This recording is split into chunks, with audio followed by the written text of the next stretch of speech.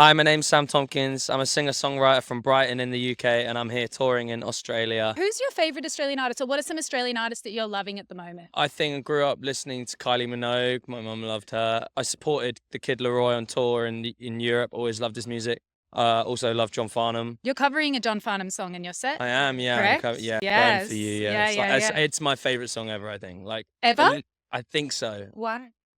Um, I don't know why. The first time I heard it, I was just mind blown. I think it was the nature of the fact that I'd gone a long time not hearing it, and an Australian person put me onto it, a guy called Nick, and I was just like, wow, why haven't I heard this before? Why isn't this like a global success? Why isn't this like the most famous song ever? Something about Burn For You, like his voice is so good. It's so good. It's So so good. good. Your Right. debut album, Hi, My Name Is Insecure. Can you tell us a little bit about the themes of the album? The whole point of the album is to sort of own my insecurity as a man, as a person. We all suffer from insecurities and all grow from them as well.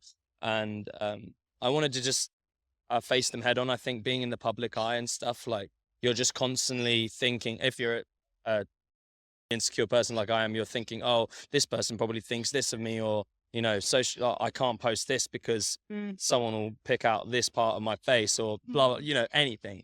And I think once you own your insecurities, you're not sort of beholden to them, if that makes sense. Yeah.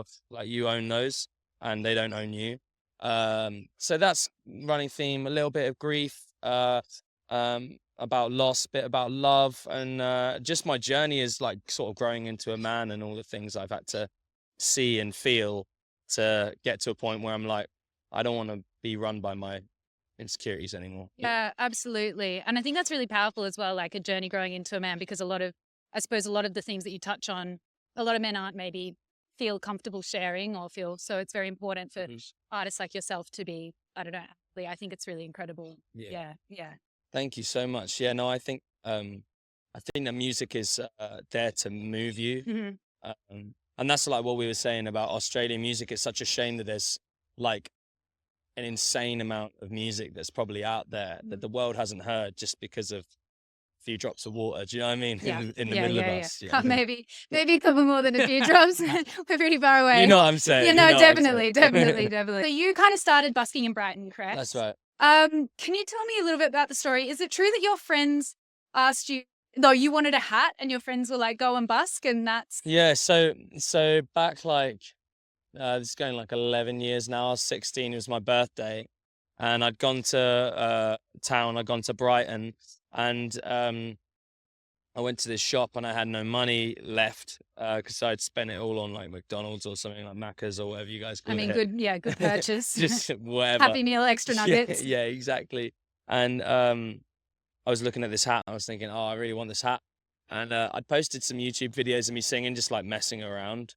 And my friends were like, oh, you should sing on the street and street perform, busk. And I was like, okay.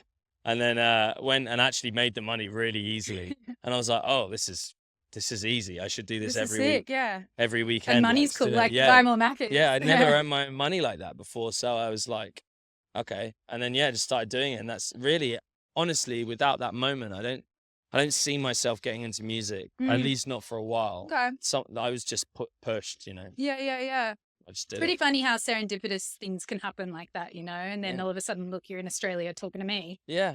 Yeah, exactly. It's part of my set. I always say there's a song called Time Will Fly, and that's sort of about my journey from that moment to onwards. And it is kind of crazy. Like, I had this moment when I first got to Melbourne. Like, I was on when you get off the plane and you're on that you're like on that thing that connects you to the airport. Like, I don't know, it's like a tunnel almost. It connects to the plane. Yeah. Anyway, I was on one of those and I was just looking out. I was like, wow, I'm really in Australia. And it all started because of this one moment. Yeah, I know. It's crazy. It's crazy it also shows that you just got to take a plunge on things sometimes when you might feel out of your comfort zone. 100%. Yeah. What is something that people should know about you that aren't familiar with your music? If you're not familiar with my music, one thing that you should know about me is that I'm like really pro mental health. I'm really pro talking about your problems. And I think that's sort of where my whole concept of my music lies, is that I try and exercise a level of openness in every song and vulnerability in a way that I can't really do myself, even when I talk sometimes.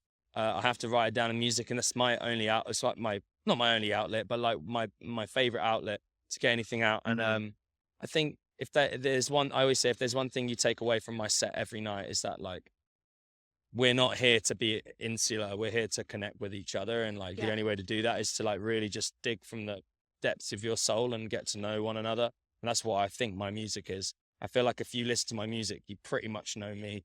I love that. That's amazing. If I went through your phone right now, what would be your number one song that you're listening to at the moment? I think maybe Are You Looking Up by McGee. Oh my God, yeah. I think How good is McGee? It's fucked. I can't even talk about him because it's like, I went to see him live in London, in Brixton, and I never go to shows because I always get like stage envy, or like I'm like, oh, I want to be up there. Yeah. I find it difficult, but for whatever reason, maybe a bit of social anxiety as well. Mhm. But I went, and like, it was like he reinvented the guitar in front of me. Like, he was doing riffs that would take me like 3 lifetimes to do, and he was doing it in the dark.